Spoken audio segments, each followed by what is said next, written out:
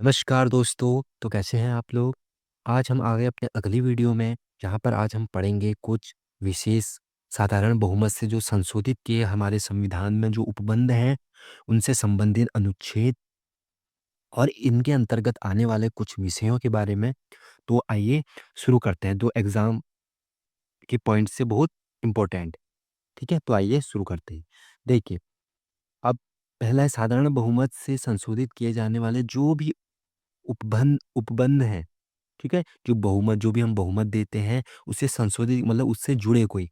तो पहला यहाँ पर है अनुच्छेद 2, 3 और 4 संसद को विधि द्वारा यह अधिकार देते हैं कि वह भारतीय संघ में नए राज्यों को शामिल कर सकते हैं। तो आपने देखा होगा अनुच्छेद 1 जो है नए राज्यों के निर्माण में है।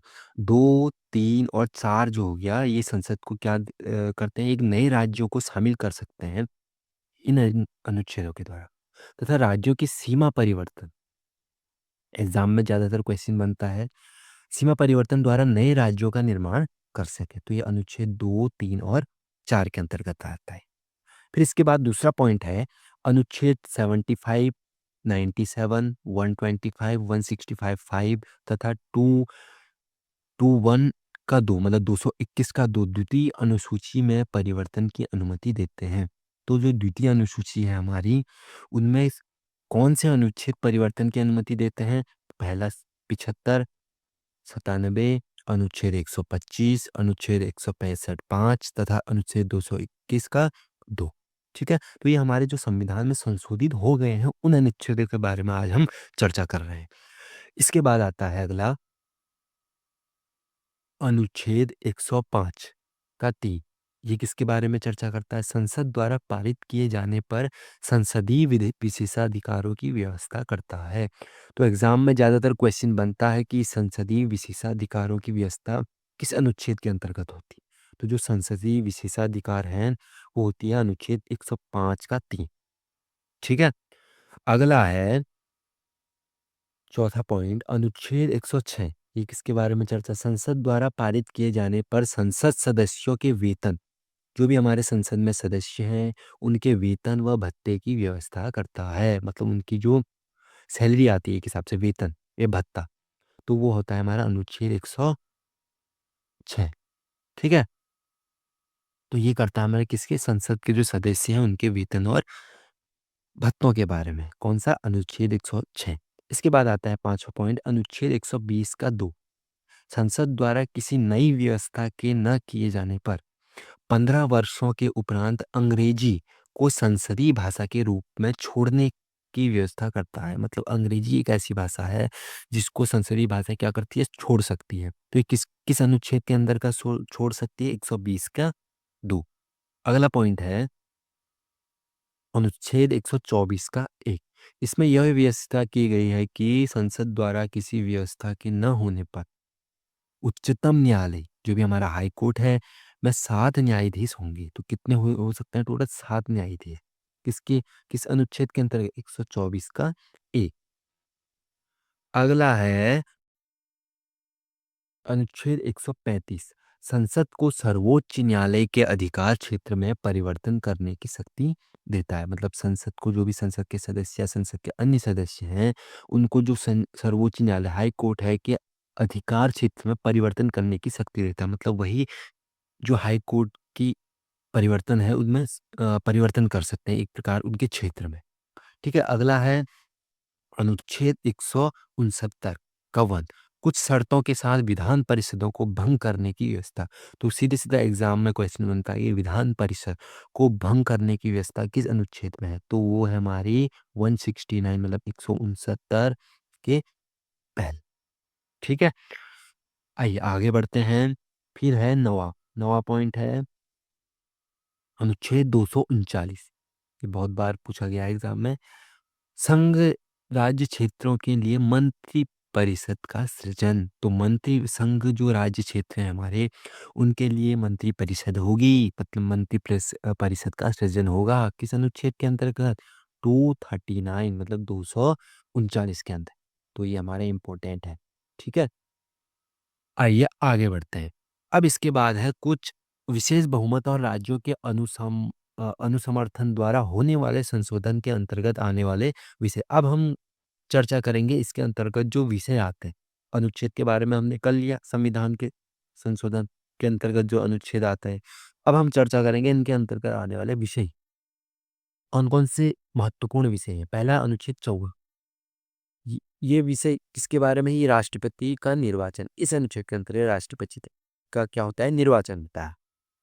अगला है अनुच्छेद 55, इसमें है राष्ट्रपति के निर्वाचन की प्रक्रिया। तो 54 के बाद जो 55 अनुच्छेद आता है, उसमें हमारे राष्ट्रपति के निर्वाचन की प्रक्रिया दी गई है। उसके बाद अनुच्छेद 73, संघ की कार्यपालिका शक्ति का विस्तार।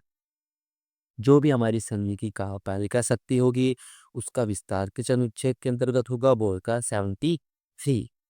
इसके बाद आता है अनुच्छेद 162, राज्यों की कार्यपालिका शक्ति का विस्तार। जो भी राज्य भाई हमारे उसकी कार्यपालिका शक्ति तो है, उसको ये क्या करता है? विस्तारित करता है। कौन सा? अनुच्छेद नंबर 162।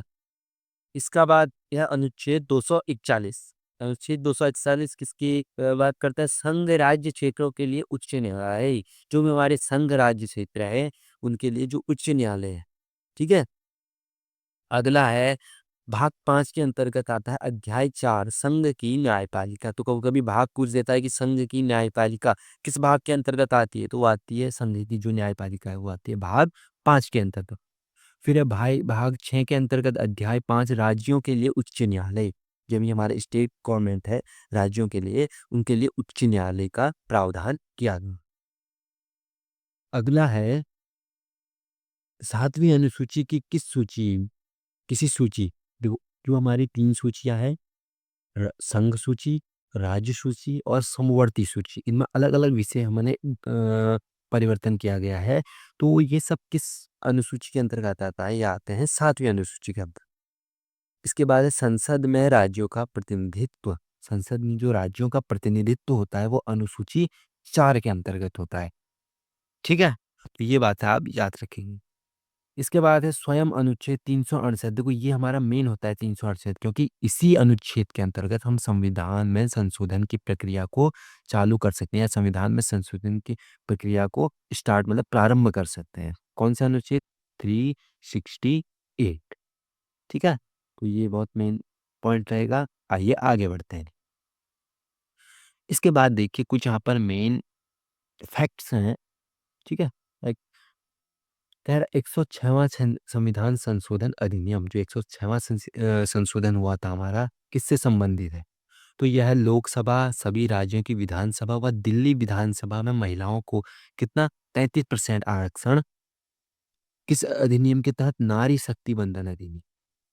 अब इसमें 2 क्वेश्चन बन सकता है। एक तो संशोधन पूछ सकता है कब हुआ 106वां, दूसरा कि महिलाओं को कितना परसेंट आरक्षण है। तो ये याद रखना आप, 33% किसमें? लोकसभा, राज्यसभा व दिल्ली विधानसभा परिषद में। ठीक है? इसके बाद आगे है, इस अधिनियम के अंतर्गत अनुच्छेद 239 ए का ए में संशोधन किया गया, जबकि नए अनुच्छेद इसमें कौन-कौन से जोड़े गए? पहला अनुच्छेद हुआ 330 ए, दूसरा हुआ 332 ए, तीसरा हुआ 334 ए। तो इन तीनों में मतलब 330 ए, 332 ए और 334 ए, इन तीनों को नए तौर पे जोड़ा गया। किस अनुच्छेद के अंतर्गत? 239 ए के अंतर्गत। ठीक है?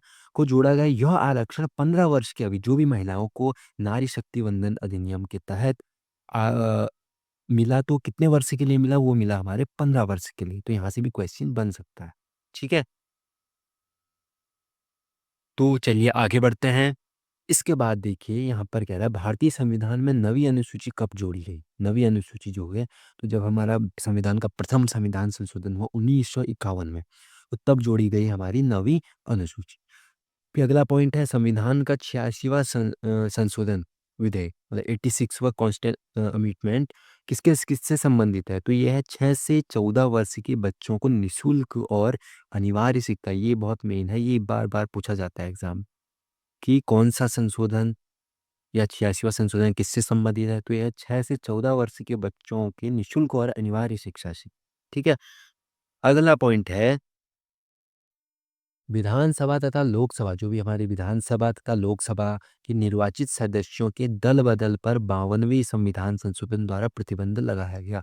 ये कुछ फैक्ट है कि जो भी हमारी विधानसभा और लोकसभा में निर्वाचित सदस्य होते हैं, उनमें एक कानून होता है दल बदल कानून, ठीक है? जो हमारी 10वीं अनुसूची में आता है ऐसा है। हाँ, तो इसमें जो 52वें संविधान संशोधन द्वारा प्रतिबंध लगाया गया, वो किस पे लगाया गया? क्वेश्चन बन सकता है कि किस के कारण लगाया गया? तो दल बदल विरोधी काल, ठीक है?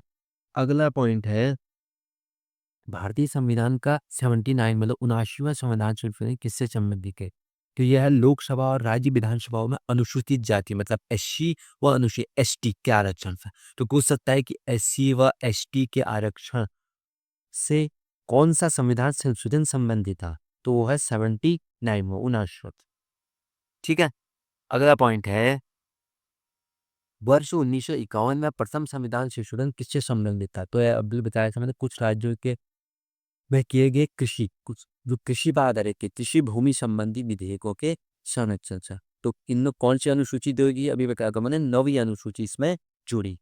ठीक है। अगला है संसद के दोनों सदनों द्वारा अलग अलग विशेष बहुमत से किस विधेयक का पारित होना आवश्यक है? तो संसद के जो दो सदन होते हैं हमारे, लोकसभा और राज्यसभा, तो इसमें अलग अलग विशेष बहुमत से किस विधेयक का पारित है? यह संविधान संशोधन भी है। ठीक है। अगला कुछ एक फैक्ट है, सर्वोच्च न्यायालय इंपॉर्टेंट है। सर्वोच्च न्यायालय ने गोकलनाथ बनाम पंजाब राज्य विवाद में सर्वोत्तम संसद की संविधान संशोधन की शक्ति को सीमित किया गया। तो ये हो सकता है कि सर्वोत्तम संसद की संविधान संशोधन शक्ति को सीमित किस विवाद में किया गया? तो वो किया है गोकलनाथ बनाम पंजाब राज्य।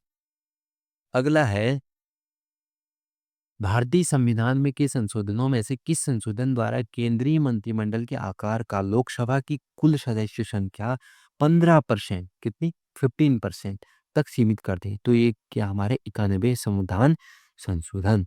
तो ये भी मेन बनेगा, पूछा जाता है कि किस संशोधन के द्वारा केंद्रीय जो मंत्रिमंडल होता है उसका आकार लोकसभा की कुल सदस्य संख्या के 15% तक सीमित कर दी? तो ये 91वां संविधान संशोधन जो हुआ था इसमें कर दी।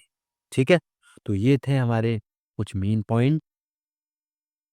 और 106वां संविधान संशोधन अधिनियम और गोकलनाथ बनाम पंजाब राज्य के बारे में कुछ इंपॉर्टेंट फैक्ट एंड विशेष बहुमत और राज्यों के अनुसमर्थन द्वारा जो संशोधन में आने वाले विषय हैं इंपॉर्टेंट, एग्जाम में पूछे जा सकते हैं। और जो बहुमत से किए जाने वाले उपबंध कुछ अनुच्छेदों के बारे में, तो इस पे हमने आज चर्चा की। तो मिलते हैं नेक्स्ट वीडियो में। थैंक